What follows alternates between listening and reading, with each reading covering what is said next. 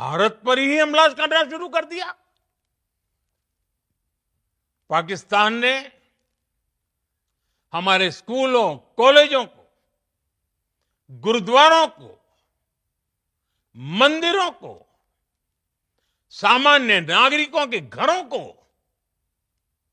निशाना बनाया।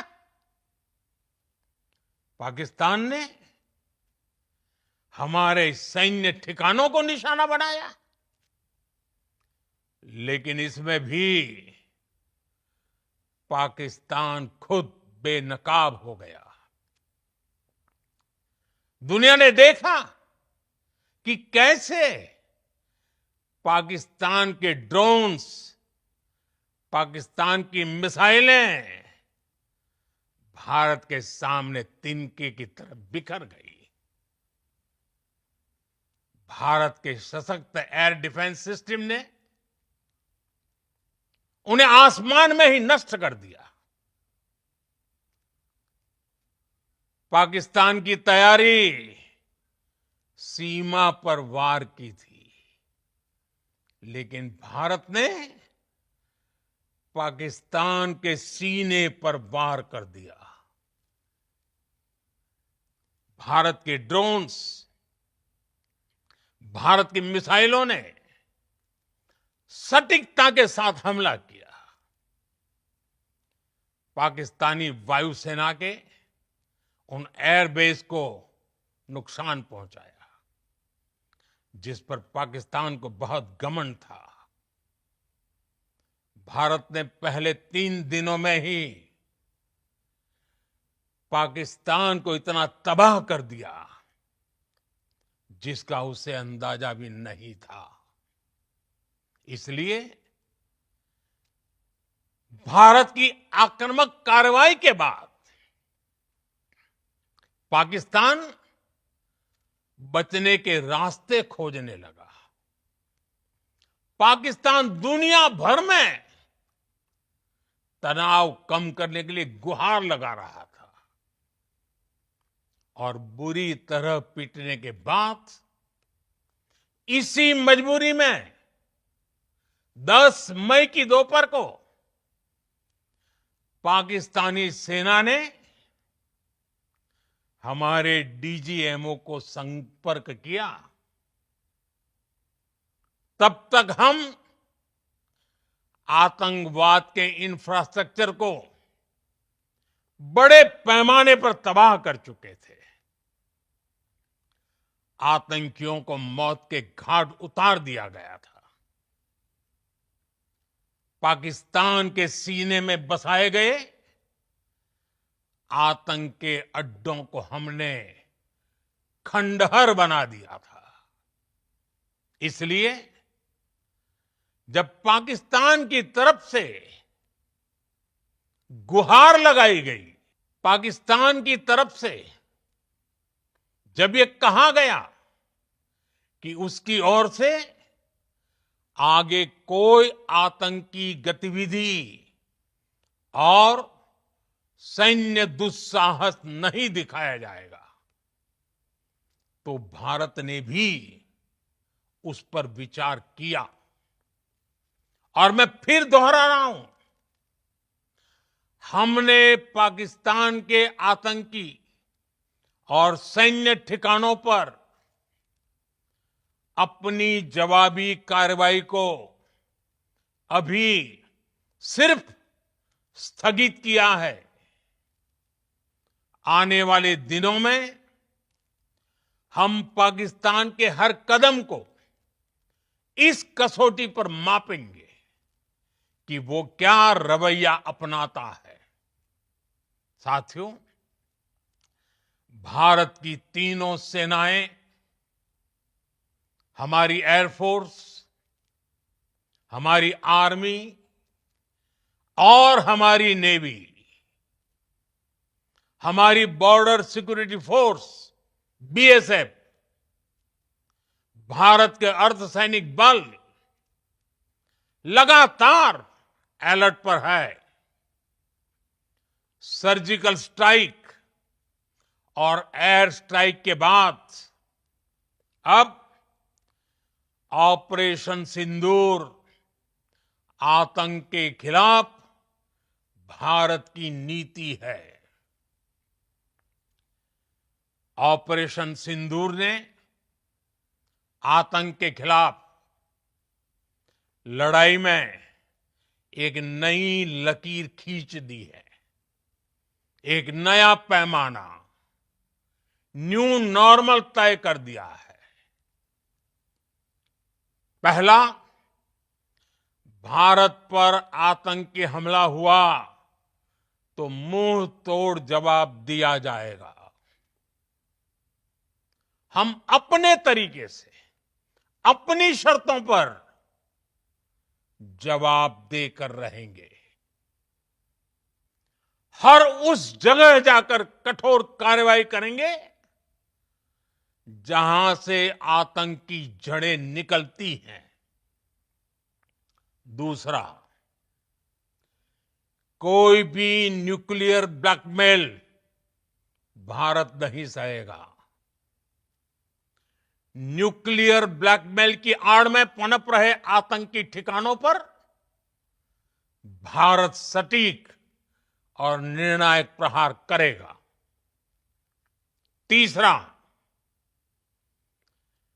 हम आतंक की सरपरस्त सरकार और आतंक के आकाओं को अलग अलग नहीं देखेंगे।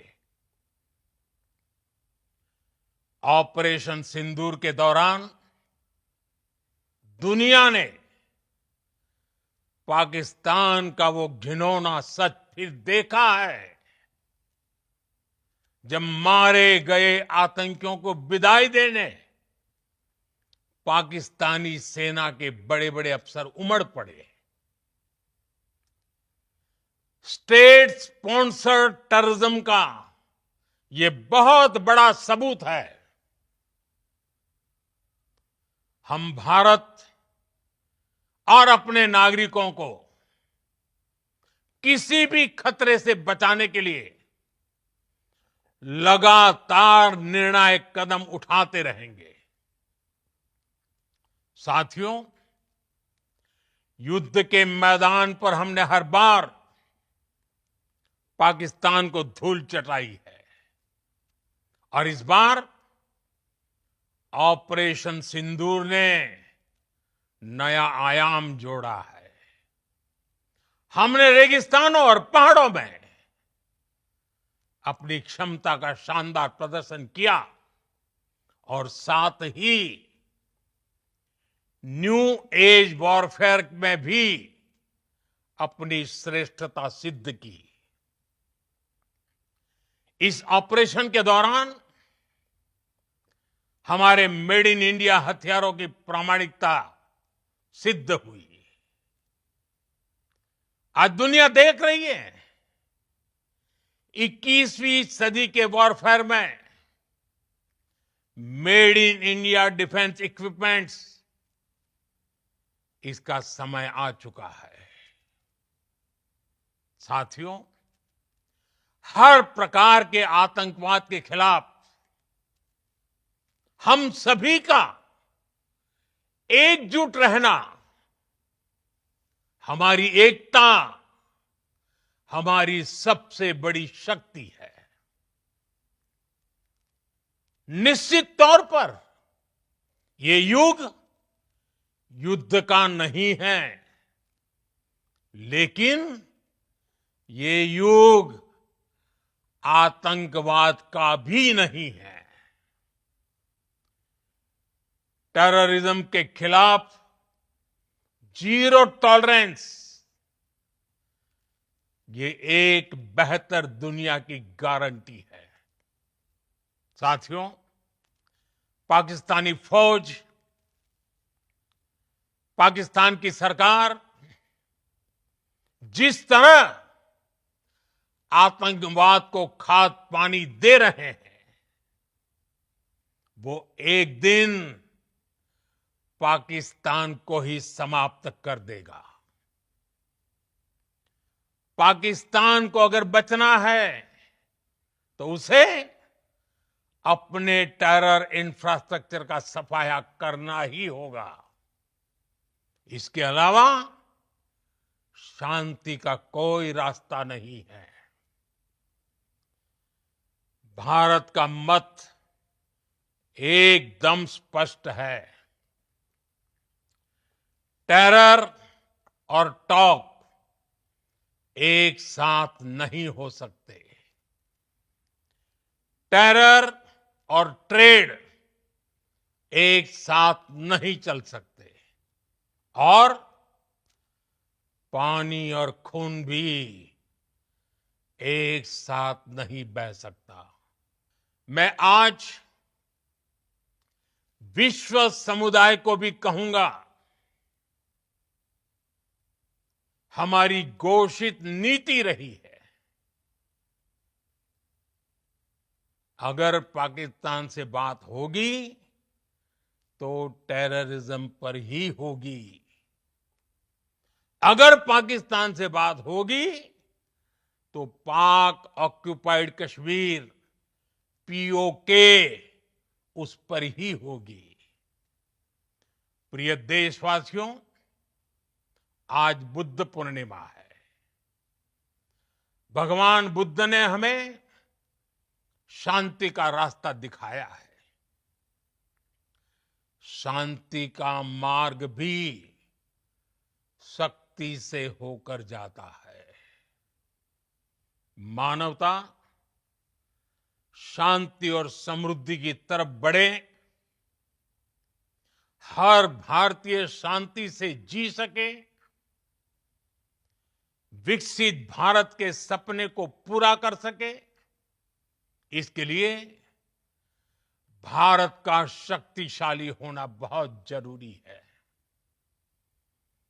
और आवश्यकता पड़ने पर इस शक्ति का इस्तेमाल भी जरूरी है। और पिछले कुछ दिनों में भारत ने यही किया है। मैं एक बार फिर भारत की सेना और सशस्त्र बलों को सैल्यूट करता हूं। हम भारतवासी के हौसले, हर भारतवासी का एकजुटता का शपथ, संकल्प, मैं उसे नमन करता हूं। बहुत बहुत धन्यवाद। भारत माता की जय। भारत माता की जय। भारत माता की जय।